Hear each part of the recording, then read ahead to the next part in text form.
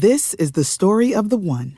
As head of maintenance at a concert hall, he knows the show must always go on. That's why he works behind the scenes, ensuring every light is working, the HVAC is humming, and his facility shines. With Grainger's supplies and solutions for every challenge he faces, plus 24/7 customer support, his venue never misses a beat. Call quickgrainger.com or just stop by. Grainger, for the ones who get it done. What's the easiest choice you can make? Window instead of middle seat? Picking a vendor who sends a great gift basket? Outsourcing business tasks you hate? What about selling with Shopify?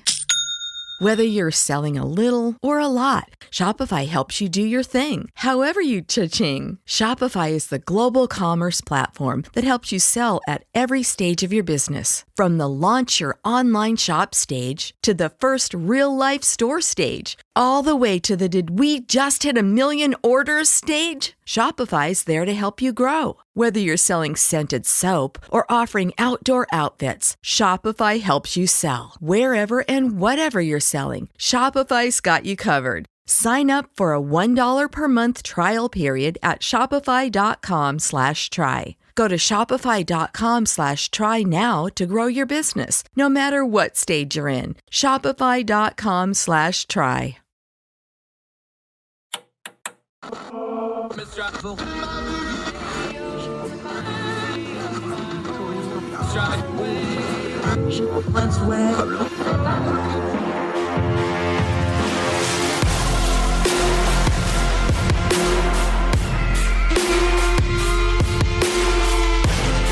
With your host, Andrew Donaldson. This is Heard Tell.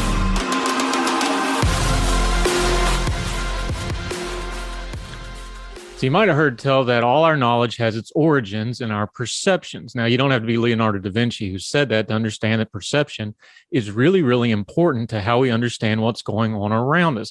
This goes double when we start talking about the news cycle. And as we always talk about here on Heard Tell, we want to turn down the news cycle noise and get to the information that we need to understand the times we live in on the issues that really matter. So from time to time, what we do on Heard Tell is we like to get an outside perspective, especially on what's going on here in America, because we get a little bit America dominant on things.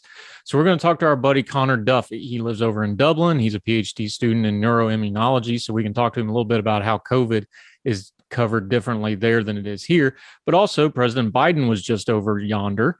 He was there for a climate conference in Scotland. And we want to talk to him about some of the coverage of stuff that we've been kind of dominated with over here. Some of the legislative priorities, some of the criminal trials, some of the things that dominate our media. It's good to get an outside perspective on how folks over yonder are perceiving it. And interestingly enough, Connor, who's been a Twitter buddy for a long time, had an interesting line in here about why the world pays attention to America. In his terms, he's like, when it comes to media, especially news media, we're the greatest show on earth. And that wasn't really a compliment. It's just a fact of the matter. We're kind of loud, we're kind of important, and we are a show. So let's get an outside perspective on some of these things on this edition of Heard Tell. Our buddy Conor Duffy, right after this.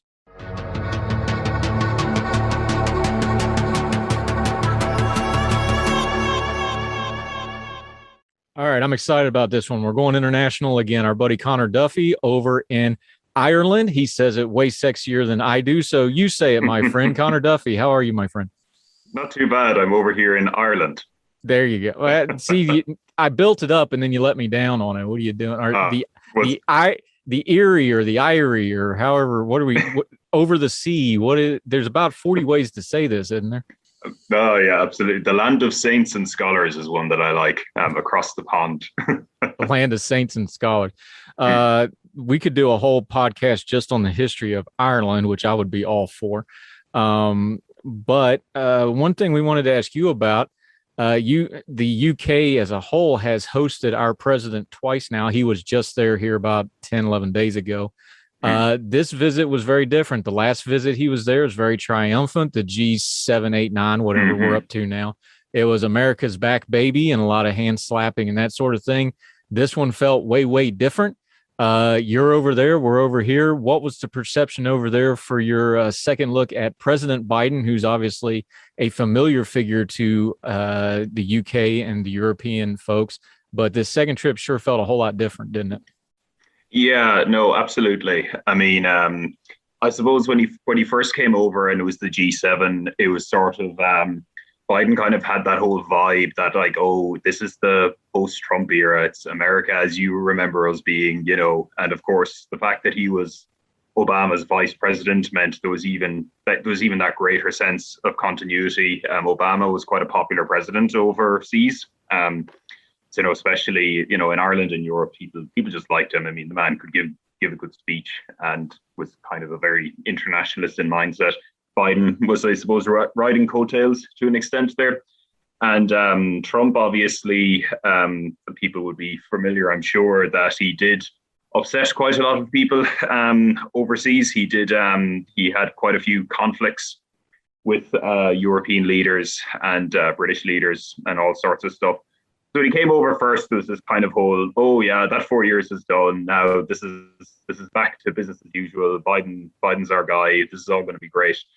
But then, of course, as you should never get your hopes up too much in politics. I don't think, because Right. a few years have passed and reality has kind of set in a little bit, and it's like, oh no, this stuff is still as complicated as it always was. And it wasn't just there was never a quick fix. It was never just a case of, oh, get the bad man out of the house and then everything will be fine again. So he's coming over now, and of course G7 is kind of a very high level type of thing, with everyone kind of talking about grand plans and all this sort of stuff. But then he's over for the climate conference now that's happening in Scotland, I think, is why he's just here. just ended, Mhm. but yes. Yeah. But There's an acronym for it, but I can't remember it off the top of my head, to it's be honest. COP. Yeah. COP. I don't know what that stands for, but it's committee something, I'm sure. It means party over in our part of the country. It means everybody leave, but Yeah. But yeah, and it's called COP26. It's because it's the 26th one, but it's like, oh, why don't you just call it the year or something? Like I don't know, there was 25 of these before this.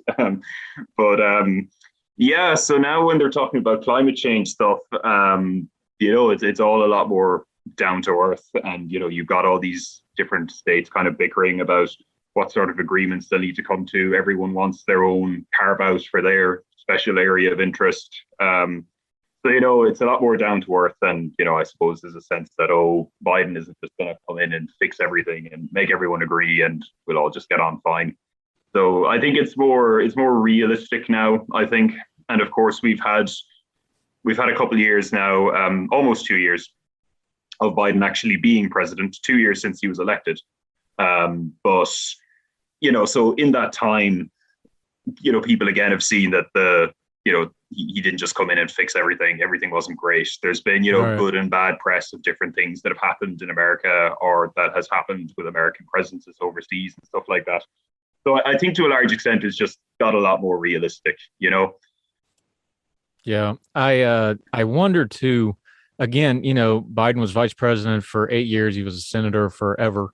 So he's very familiar to the worldwide audience, especially the UK. Of course, Biden, he has that Irish lineage that he plays up himself. So I wonder. I think you got the nail on the head with a return to normalcy was going to have a short shelf life on it anyway, because you still have to do the job, even though he was a familiar face. And the other half of that is something that you can maybe give us more perspective on. The world does not turn just on America, and things kept happening, even though we changed presidents, but you still had these other world leaders. You had, Boris Johnson in the UK. You have Angela Merkel getting ready to pass off the scene. That's a major sea change, because she's been there for 16 years. We've had her in power longer than we've had iPhones, which is kind of shocking. There's a lot of moving parts to the UK and the Europe side of the world order right now. And just even though Biden's a known piece, those other pieces are moving and in a whole lot of flux right now, aren't they? Yeah, no, absolutely. Yeah, it was just never, I mean, anyone who thought that, I mean, you could just kind of ignore them for a little while until they kind of came to their senses a little bit. It was never going to be that that a new American president would come in and everyone would just sort of agree and we'd all just get along, and that there wouldn't be all of these conflicting interests, that like all the problems that existed during the Trump presidency still existed. Trump did not cause all of them. Some people would like to, some people acted almost as if they did, but no, a lot of that stuff was regional stuff, things that would have come up anyway. Obviously, the big one is Brexit and ongoing disagreements. It seems like the thing is just never going to stop. People are still, there's still arguments about it. There's still disagreements. The Northern Ireland issue just keeps coming up again and again. So, that didn't go away. Actually, that was one thing that Biden mentioned, that, he would back, peace in Northern Ireland. And I suppose maybe some people thought that, he'll come in and the Americans will throw a bit of weight around and, we'll all sort of agree on what to do in Northern Ireland. But no, it just turned out to be a really, really tricky issue. That when the UK was leaving the European Union, there was always going to be this problem that, well, now we've got Ireland, which is part of the EU, and Northern Ireland, which is not part of the EU. And we've got to figure out some way to make that happen, because, like, obviously the UK voted to leave, so they had to leave. But we had to figure out some way to make that happen. But, we didn't want to have a hard border like we had in the old days. But, this was now a border between the EU and the not the EU. So, something had to happen. And that was just always this really thorny issue. And it was always going to continue. Yeah. But then, like, with regards to the rest of Europe, like you mentioned that Angela Merkel is leaving. Just been a titan of politics here for about 16 years. And just what's going to happen there is going to be a huge, that's going to be a huge thing for Europe going forward, is what the next German chancellor wants to do. But there was always disagreements between, say, even the French and the Germans, or between different states within the EU. Like, for example, you've got some Eastern European countries, Hungary and Poland in particular, who disagree with most of the EU, or at least the big powers in the EU, on a lot of stuff. Relations between the EU and Russia are a very complicated issue, between the EU and China. Like, all of this stuff was happening, and all of this stuff was moving, whether the American president or the American president's administration was taking an active interest or not. Yeah. So, there was never an easy way out, and that stuff was always going to keep on rolling, and it would cause problems, and it would always be hard to fix those problems. Sure. I'm one of those glutton for punishments where I do watch, BBC, I do watch Sky News. I do PMQs on Wednesday morning because I'm just a glutton for punishment. I actually, it's because of the time difference. It's usually when I'm dropping my kid off at school and they get a kick out of listening to it. And especially during the Brexit debates, those were spirited. So they were getting a big kick out of that. The Boris Johnson ones have gotten a little bit more boring, unfortunately. But anyway, I try to keep up. I'm always fascinated with what news stories from America break through European media. And of course, I lived in Germany 2 times too. So I also check, like Der Spiegel and things like that. I'm always fascinated with which stories over here break through there. What is breaking through, if anything, from over here right now? Because we're wrapped up in a couple of different political news cycles right now. We're in an off-year election. The big midterms are next year. What news from America is breaking through to the European and UK audience right now? Is it because I'm pretty sure it's not the stuff that we're kind of obsessing over in America day to day right now? Yeah, because but like, as you know, I also I suppose I'm a fellow glutton for punishment. I follow US politics quite closely. I follow a lot of you guys, and kind of just want to know what's going on. But it very often happens that people in Ireland will ask, like me or someone like me that they know follows American politics, if something is going on. Because loads of stuff does not come through at all. As far as I know, like, for example, a big thing that I was aware of that I'm sure you were talking about was there was that governor's race in Virginia, I think, that the Republicans won. I don't think that showed up at all. It was maybe a final item or something on the main news here. It was a gubernatorial election that, in the States, everyone was talking about it, and, what would this mean for the midterms, and versus, the sort of issues that they were running on, and what that meant for, whether the Democrats could win elections or whether Republicans were going to make a resurgence. Just barely broke through here at all. People are aware that something was passed in the US, that there was something was happening that they were arguing about for a very long time, and it's like, there's like an infrastructure bill happening. It's like, okay, that's nice. Yeah. Because like obviously this has been the subject of months and months of Yeah. negotiations and deliberations and spats and whatnot in Yeah. the US. But yeah, it kind of all got condensed over here to, an infrastructure package passed. And it was like, oh, okay. They'll get some new bridges and airports, I suppose. That's nice. But, that's the extent to which it got through here, I think. That summary was actually pretty much it, though. It was like, oh, they fought about it for months and then they got something passed because they didn't read it either. Because, it's 2,000 pages. There's, they didn't read it either. That's just how our system of government's working right now. Yeah. So your summary was accurate. No, I refuse to believe that any sitting politician in the US has actually read the entire 2,000 pages. It's that's quite a lot of legalese to go through. There's another good perspective thing to touch on because, and I know it, and we've had guests on that talk about the systems over there and our UK friends. The parliamentary system is very different. How legislation is done. A system like the UK where it's, whatever Parliament says with a few judicial things, that's pretty much it. There's not separations of power.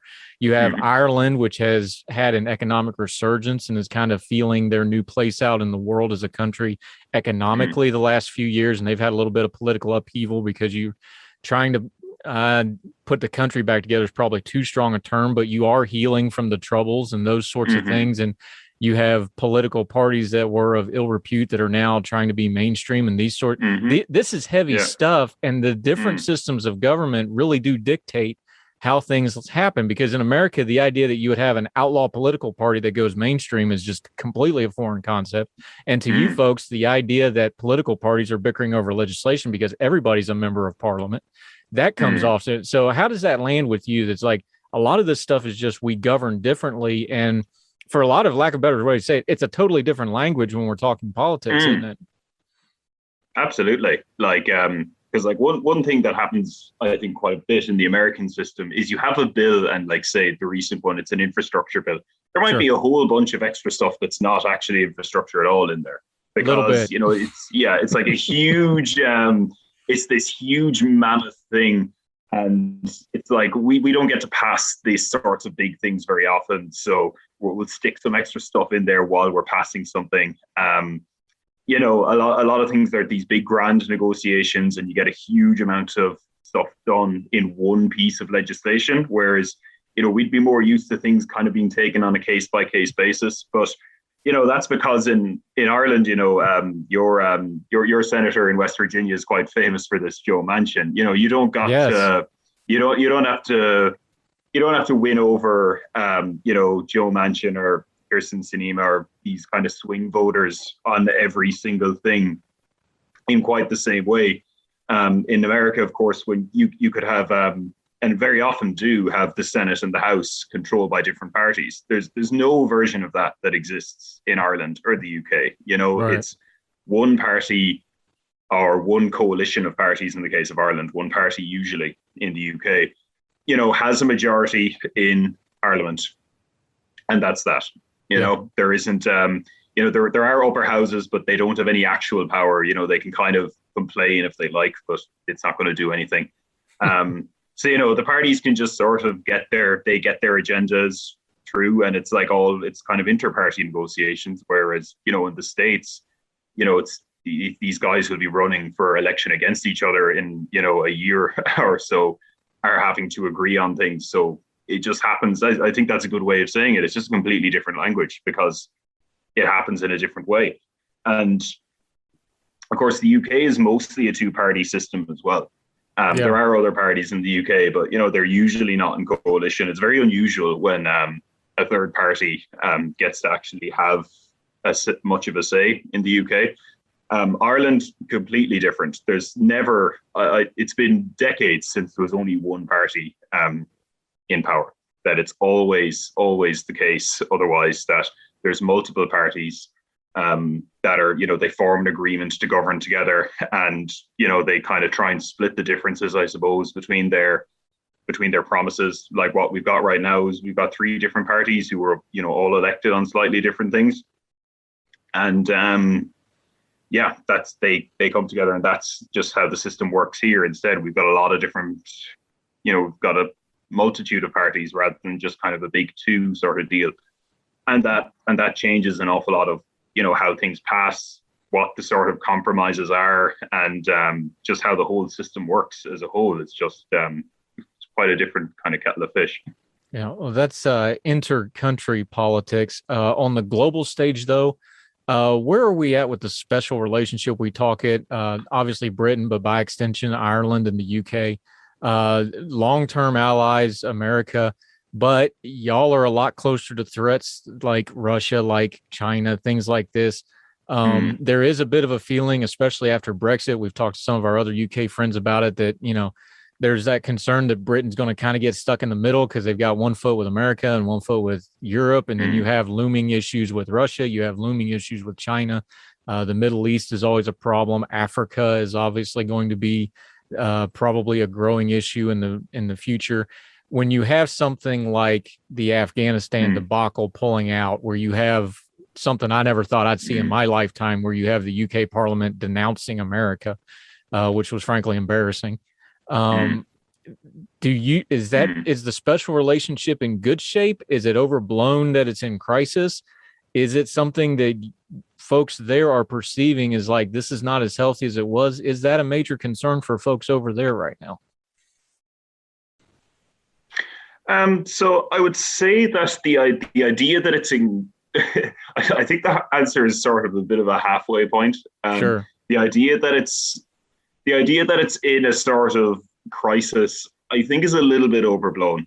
Okay. I don't think the UK and the US, or Ireland and the US, or Europe and the US are about to fall out in any sort of major way anytime soon. Especially over, like, now Afghanistan was a big thing. You were talking about things that break through into the news here. That was a big one. That was all over the news here when it was happening. Part of that, I suppose, because it wasn't just an American issue. There was other NATO countries had forces in there, and Ireland isn't a part of NATO, but we did have people over there for various things as well. And yourself, American troops often come through Shannon Airport here in Ireland. Yes, sir, we have. Indeed. So so that really did break through. But I don't like the reaction that the UK Parliament had wasn't necessarily the same reaction that most people had. So it was definitely all over the news, and people were like, "Oh God, this is such a mess. Like, how's it going down this way? Are they going to get everyone out?" There was a lot of worry about it. But I don't think there was the same reaction where people were feeling that the US president should be denounced by Parliament. I don't think that was that kind of strength of the reaction, say, was not something that I think the average person had compared to the sort of the higher level politicians. But there is potentially going to be a big source of conflict, though.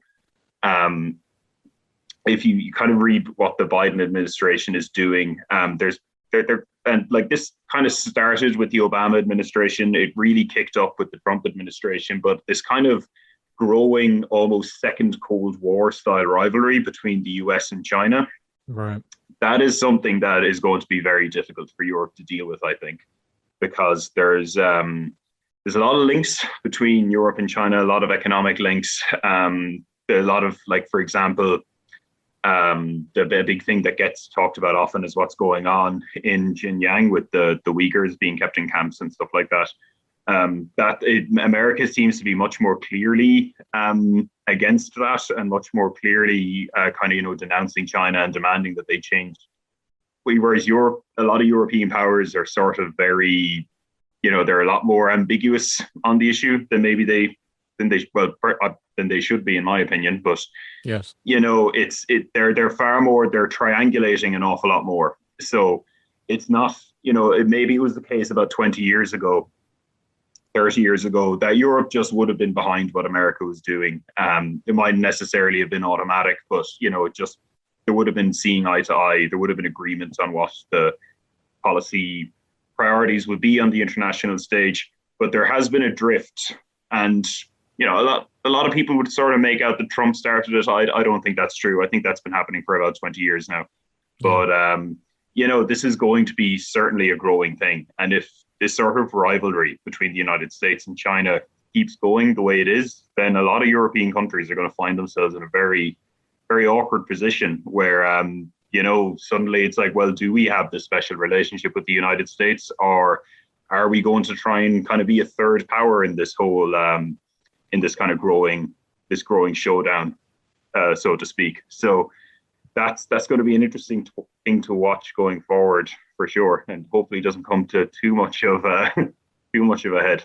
But of course, nobody wants war except, the truly mad folks. And I don't think really that the Chinese or the Americans that have level heads, they don't want that either.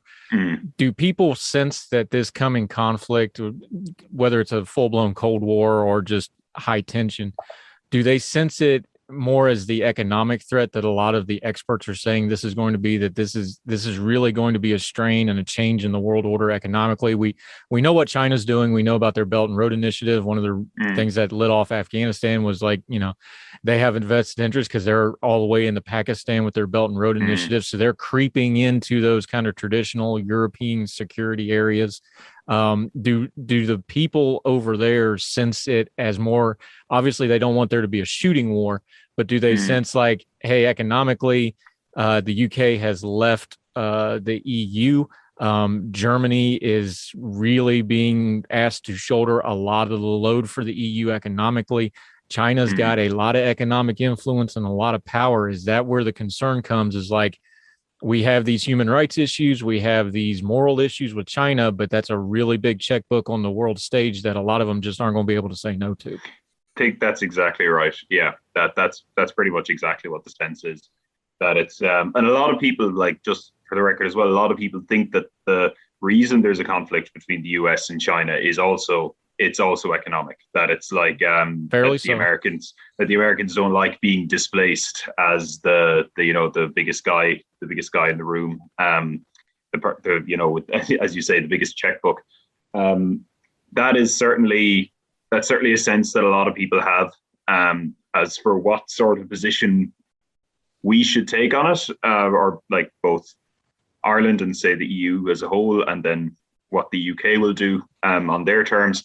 A lot of the concerns people have is like, yeah, well, we've got all these economic connections with China, and people will be worried about, well, if we take one side in this conflict, what does that mean for us? Like, does that mean us becoming poor? Does that mean us like having to take this big hit? That is definitely part of the concern, and it's funny, yeah, how you can have all of these very well-founded, of course, human rights concerns, but a lot of our leaders are looking at, well, I don't want to be responsible for, a decrease in growth or a recession or anything like that. So, money talks in a lot of ways as well. And that's certainly a very big part of the calculations being made in the offices of power, for sure. One thing we do have in common, and one thing that has wrecked everybody's economy, is the COVID-19 crisis. You folks seem to be on a little bit different wave than us. You seem to be a couple months off on peaks from us. You do study in this related field with the neuroimmunology that you're working on your terminal degree in. This is something we share. Do you see that it's being covered different and perceived differently in the public there than, because, obviously we became friends over social media. So I know you interact with American media because that's how we got to be buddies. But do you perceive that it's being different there coverage wise and the way people perceive it compared to how America is perceiving it and perhaps arguing and fighting about it amongst ourselves? Yeah, I mean, there was certainly a lot more consensus in the early days in Ireland than I saw in the States. There was a lot of protests in the States that just did not happen at all in Ireland for quite a while. There was a rare thing. There was pretty much cross-party agreement on what to do at the start of COVID-19 here in Ireland. It took about a year for any really serious fractures to appear and for there to be really serious disagreements on what the state should do. Ireland, we had a lot of quite severe lockdowns, quite strict lockdowns, more than I think, I imagine more. I don't know all of the details of what happened in the States, but obviously in different states in the United States handle things differently, of course, because there wasn't just a big federal declaration of you can't go more than 2 kilometers away from your house. That's what happened in Ireland. The first lockdown was quite strict. We had a series of lockdowns. At one point, just after Christmas in 2020, Ireland at one point had the highest incidence of cases of COVID-19 cases in the world, actually, for a little while. But there was a lot of agreement. It was when the vaccine started becoming available, kind of ironically enough, it was once there was a solution available is when a lot of arguments started happening. And I suppose it made sense because once people started getting vaccinated, a lot of people, there was some people who favored a much more sort of restrictive approach and who really wanted to keep, do as much as possible to keep the disease under wraps, even though that this involved a lot of quite severe restrictions on what you were able to do. Like a lot of businesses were, told they had to close, and there was no two ways about it. I know quite a few people who work in the hospitality industry, so like restaurants and bars and the like. They really had a bad time of it. They were forcibly closed by the government for quite an extended period. People were told that there was limits to where you could travel. So for quite a lot of the last 2 years, you either couldn't go for a little while, you couldn't even go more than 2 kilometers away from your house. They eventually moved that up to 5 kilometers. And then it came in a future lockdown, you couldn't move past your county, which is like, I suppose, the equivalent of like a district, a small enough area anyway, sure, over in the United States. So yeah, there was people who wanted to kind of keep that going. But then, those people who felt, well, we're getting people vaccinated, people are getting protected, so we need to kind of start opening up at the same time.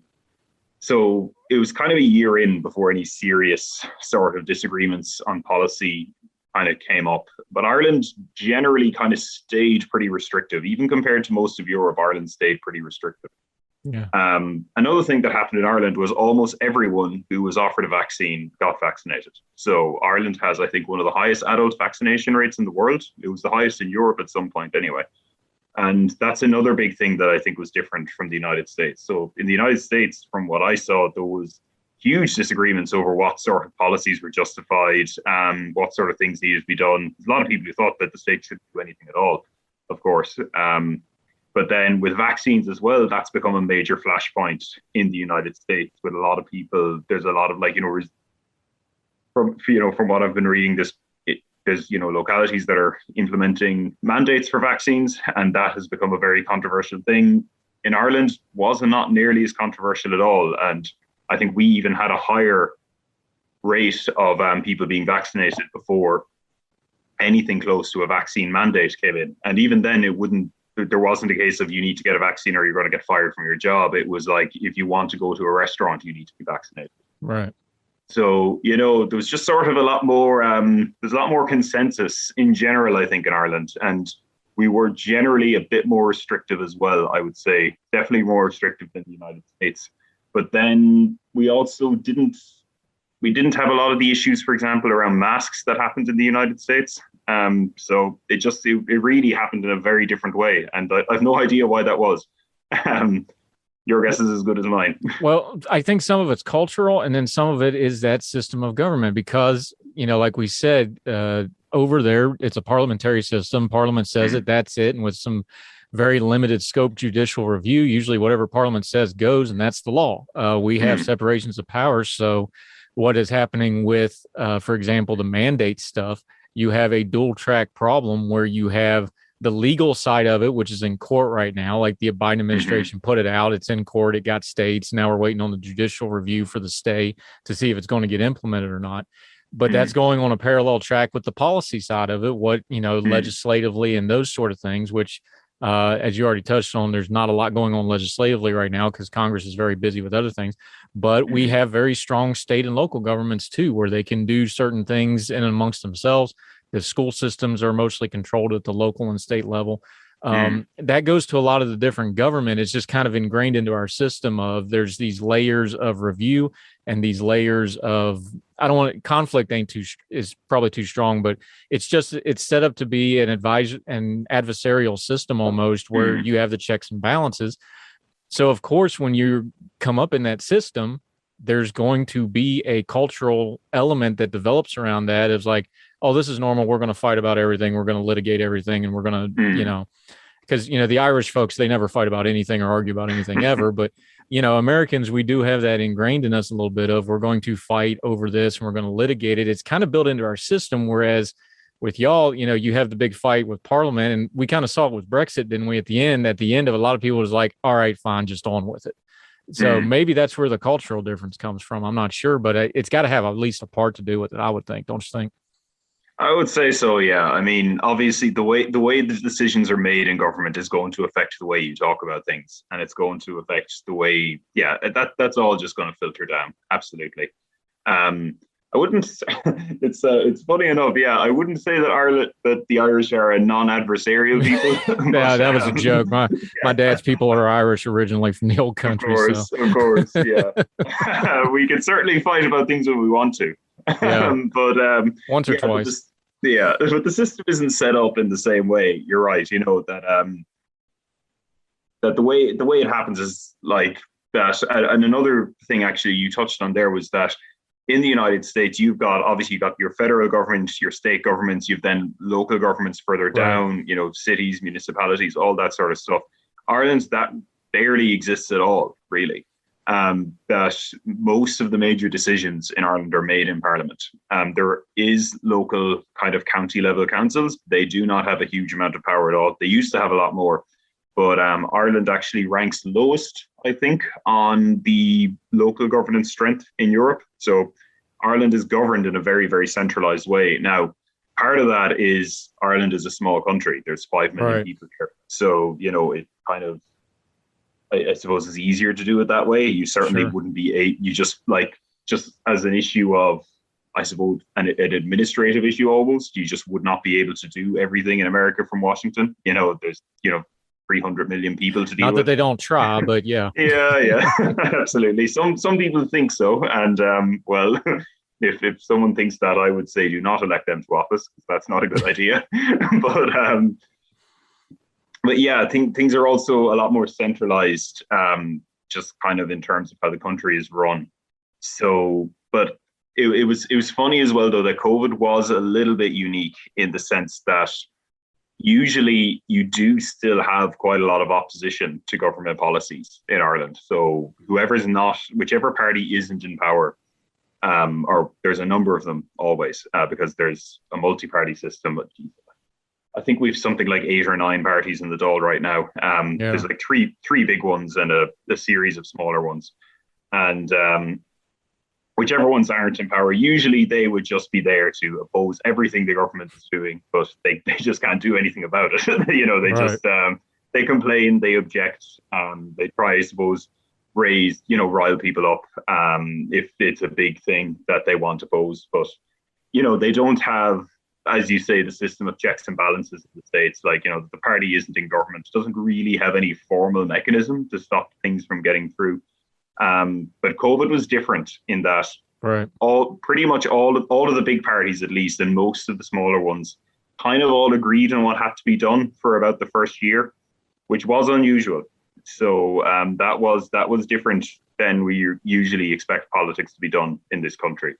And I suppose it was a little bit refreshing when things started getting back to normal, and it was like, oh, okay, it's not the huge crisis part is done now, I suppose, if they're willing to fight about it again.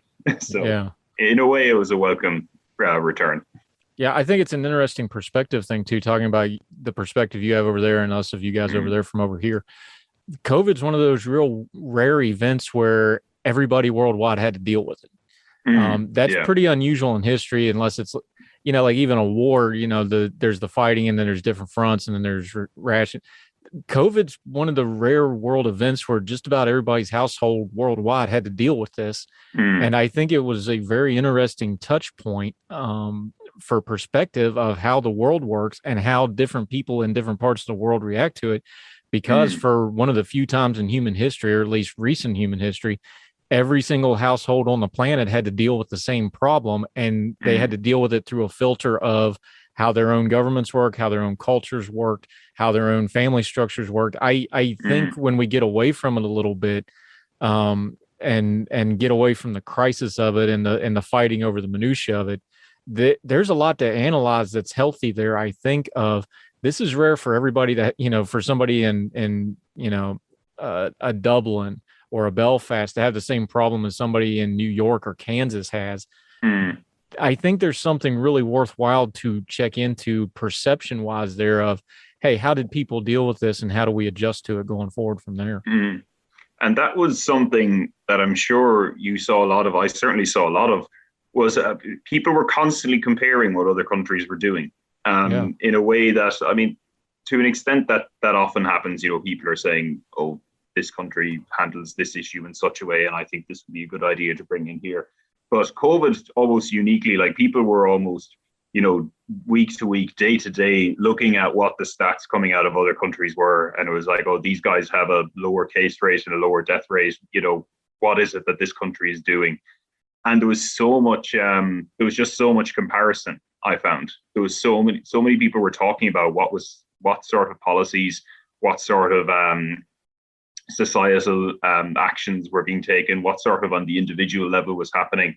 There's just so much comparison between how all these other people were dealing with COVID and whether there was something that we could learn from ourselves. So yeah, in a way, it was this sort of unifying event that, as you say, is something to kind of think about. It's like it was a very bad thing to happen, obviously, that we had to deal with it, but it was interesting in how it sort of brought everyone together in a very, I suppose it was a common enemy. I suppose that's what did it. Everyone had to deal with the virus. The virus did not care about, who you were, what your cultural background was, what your government was like. The virus just wanted to infect you. So, everyone had to figure out a way to deal with it. And what other people were doing was always going to be relevant. And so you kind of had to take it in. Yeah. Let me just ask you this to kind of put a bow on this, though, is I know you follow American politics, but why do you do that? I know we joke about being a glutton for punishment, but talking perspective, I want to expand my world and understand how the wider world, though, is. But, what is it about American, not just because we're a superpower or a global power or anything, what is it about the American system and American news and America's place in the world that you and the people you talk to, because we run in some of the same circles and we have some overlap, but there's this worldwide thing. Why do you pay attention to America? Because that's a perception. I think America, sometimes we don't really understand our place in the world. You're on the other side of that looking back. Tell them that, like, this is why we follow you. This is why we pay attention to what's going on in your country, good or bad, so much. Yeah, so part of it is what you mentioned is that, America is the global superpower. Depending on who you ask, potentially one of two, as we mentioned earlier. But that being said, I don't see anyone following Chinese politics to the same extent that they follow American politics. So that doesn't explain all of it, obviously. Part of it is that, well, what America does matters. What's the saying was, if America sneezes, Europe gets a cold. It's something, it just matters what America does. So it's very, if you care about what's happening in the world, if you care about what's happening in your country, America is going to matter. It's just such an influential country. It has so much power. It has so much, not just say it's military, economic, diplomatic. It matters what America does. So you kind of need, if you want to take an interest in politics at all, you sort of need to keep an eye on what America is doing. But as I say, I don't think that explains all of it. Very few people can, describe the Chinese political system. I'm one of them. Right. I tried to get a grasp on it at one stage, and it's just, it runs very, very differently. It's obviously not a democracy, no matter what they claim. So it's, that things happen in a very different way. But I think this was Christopher Hitchens was asked this before, and he just said it's because America is the greatest show on earth. It's where the it's so much more entertaining. There's big fights. I think it's like what you mentioned. It's so adversarial. There's always something going on. They're always fighting about something. There's no issue that is causing a big controversy, and I suppose it's very. It's always, I suppose it's easy to follow because there's two sides, So you're like, oh, team A and team B. Now, obviously, that doesn't get that doesn't get to the depths of disagreements. Obviously, there's so many people in the States who don't find themselves on either team, and who, kind of have, nuances of opinions. But when there's a big kind of on the political level, on the level of, politicians in Washington, it's kind of a showdown. There's the, blue versus red. So I suppose it is sort of, it can be a very compelling thing to follow in that sense too. So there is a certain glutton for punishment enjoyment out of watching it as well. But for me personally too, I do try to keep up with what's happening in other countries. I do like to know what's going on in the rest of the world, not just kind of care about what's happening in my own kind of backyard. I think it's good to try and take a global perspective. And so that would also definitely feed into why I follow American politics. But of course, that's the reason to follow German politics and British politics, and right. to try to understand the incomprehensibility that is Chinese politics. Yeah, I'm thinking when the Irish folks are telling us that we're the world circus and throws the Barnum and Bailey quote at us, we might want to settle down a little bit and do some self-reflection, but we'll leave that for another day. We will definitely do this again and talk some China and some other stuff and the COVID stuff, because that's kind of your, how do you say it? Bailiwick, dare I say, something like that. Wheelhouse. We need to just do a show on, we need to compare my Appalachian phrases and some of the Irish phrases, because a lot of them are just bastardized, all the Scott Irish that came over to Appalachia. It's all just bastardized stuff. I wonder if we could ever sew it all back together so it makes sense. Of course, that would be fun to do sometime. Trace where things started from and what's in common. Yeah. We both do fiddles, so we could just kind of start there and work our way backwards. and I don't know if Guinness and moonshine go together, but there's been worse things in the world. We'll take a shot at it. We have our version of moonshine. It's called poitín. It's called what? Poitín. So it's P-O with an accent I-T-I-N, and that's called what they used to call it back in the day was the mountain tea or the mountain tea, and that is what eventually. I suppose it was invented in many different places. I suppose It's not a hard thing to think of, but that's what's referred to as moonshine. Poitín is what we call it over here. Yeah, mountain tea, and then of course we call it a Mountain Dew, not meaning the PepsiCo product, the soda. Meaning actually they call it a Mountain Dew of homebrew, and I'm old enough to remember you go into certain cellars and certain houses that ain't water in the mason jars. You leave that alone. There's some heavy stuff in there, even for an Irishman. Conor Duffy, this has been great, my friend. Let folks know where they can find you on social media, because that's where I met you and follow you and some of the other stuff you have going on. And do I have to call you Dr. Duffy next year, or can I just still call you? So hopefully, so I'm in the process of finishing my PhD. I'm writing it now, the actual thesis. But I'm going to be one of those people who will not insist on being called doctor. I'm happy to be called Conor. Yeah, no, I'm not big on titles and formalities, So I'll never correct someone and say that's Dr. Duffy to you.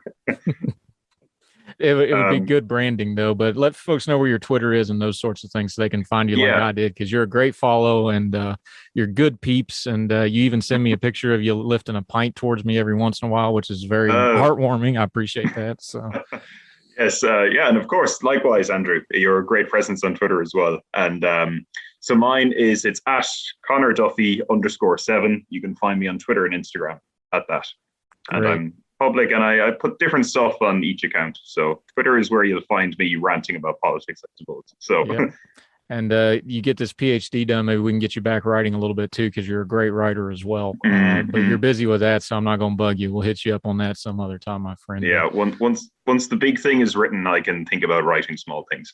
There you go. I understand it perfectly. But this has been great. I love getting perception from over yonder, from up yonder. I appreciate you very much, my friend, and thank you for your time today. Thank you very much for having me on, Andrew. It's been great. Yeah, we'll do it again, sir. Thank you. Absolutely. Right.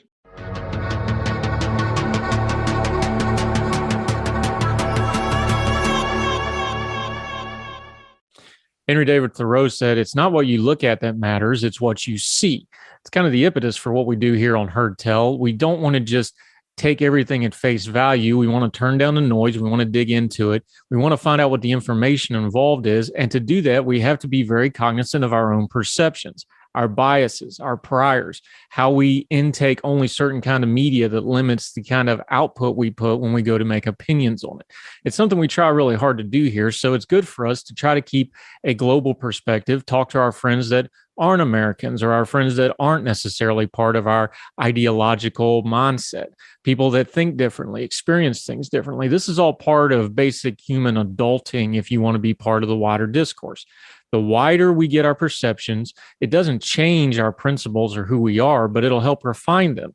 And it helps us make sure we understand our place in the world and our place with each other. That'll do it for this edition of Heard Tell. A little bit lighter topic. We've been doing a lot of heavy stuff. We hope you enjoy your Thanksgiving holiday, which is getting ready to go down in a couple of days when we record this. Christmas is coming up. Make sure you're spending time with your family. While you're spending time with your family, you want to do us a solid, let them know about Heard Tell. Tell them that we do good work here. And if they're interested in turning down the news cycle noise on culture and politics and current events, we'd love to have them as a part of what we do. You can find us on all the major platforms, however you're streaming this. We're also on the YouTube channel now. We have everything that we are doing, all the new episodes, they're all on video. And we also have some other video projects in the works. Our partnership with folks like Young Voices, our partnership with folks like At Ordinary Times that I get to write with, lots of good stuff coming. So if you could let people know, let them know that they can do a comment or a rating on whatever platform they're watching this on. That would be a great help to us. Lets people know that we're worth their time. And we want to always be worth your time. We don't ever want to waste it.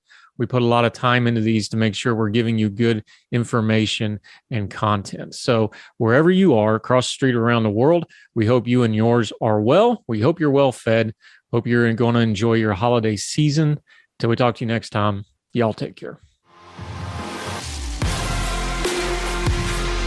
All the music on Heard Tell is provided under a Creative Content license from monstercat.com. For the ones who know safety isn't a catchphrase, it's a culture. And the ones who help make sure everyone makes it home safe. For the safety-minded who watch everyone's backs, Grainger offers supplies and solutions for every industry, as well as safety assessments and training to keep your facilities safe and your people safer. Call, click Grainger.com, or just stop by. Grainger, for the ones who get it done.